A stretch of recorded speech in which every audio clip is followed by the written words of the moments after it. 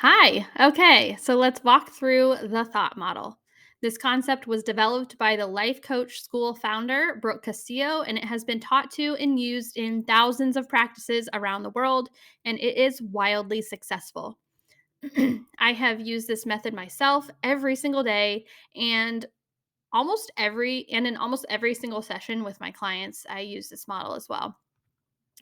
If you learn this model and put it to good use, your thought awareness will become dramatically heightened, and soon you will see transformation in yourself and your relationships very quickly. There's no fancy meaning to this acronym, but these letters, CTFAR, are the foundation of this model.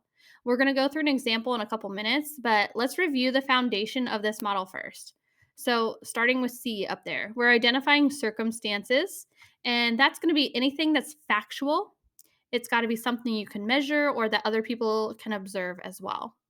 So, circumstances might be the sky is blue. I have two sisters. My brother said I have to move out in 2 weeks. These are all things that are factual and that other people could observe.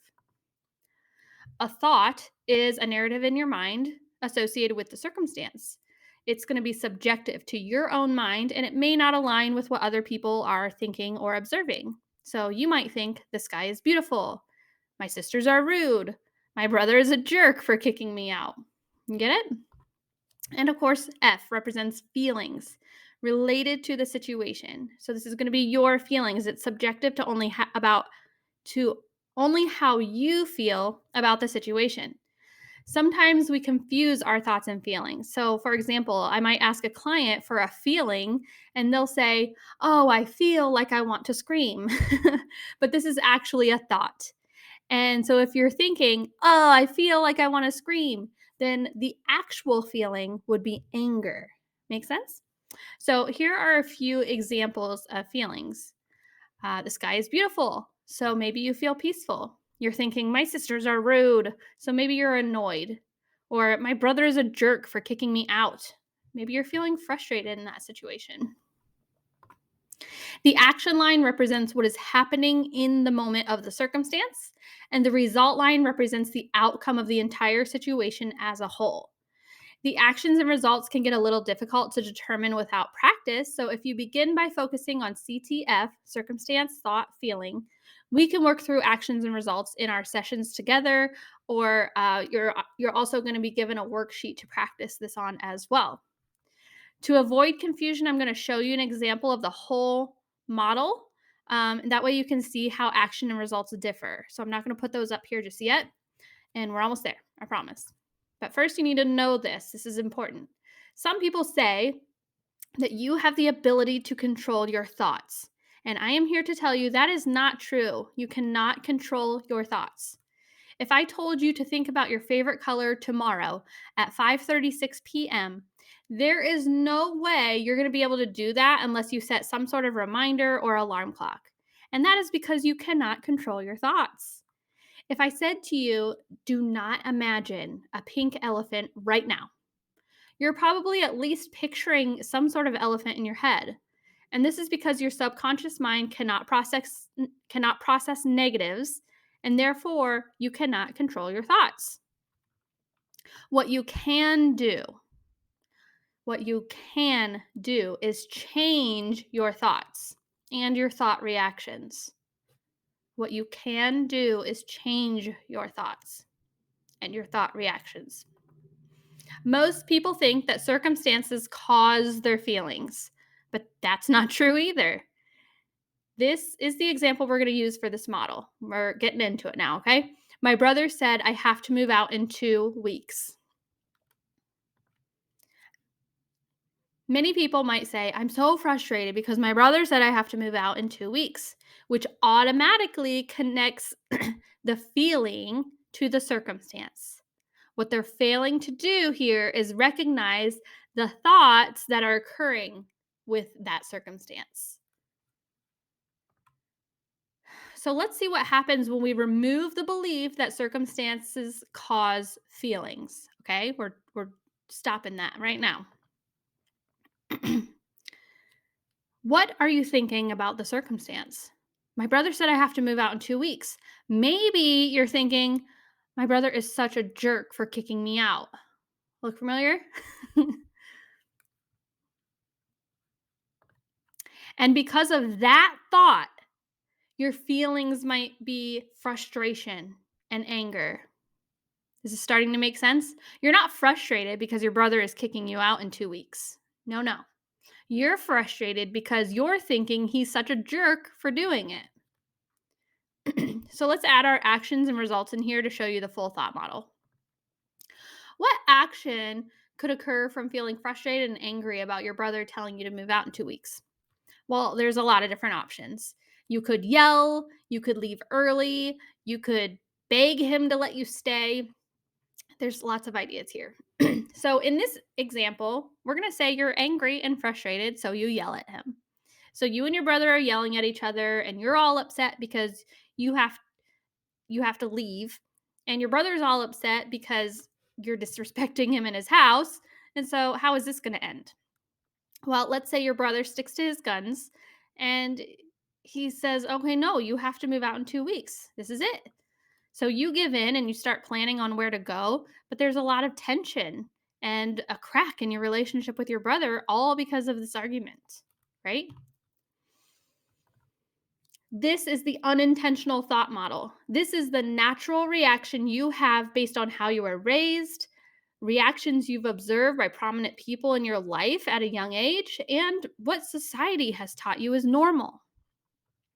To live consciously and get rid of those reactions that are no longer useful, meaning they don't represent the person you would rather be, you need to practice being intentional with your thoughts, catching yourself in your train of thought when situations like this arise. And the only way you can do that is by practicing. Your brain is a muscle, just like a muscle in your arm.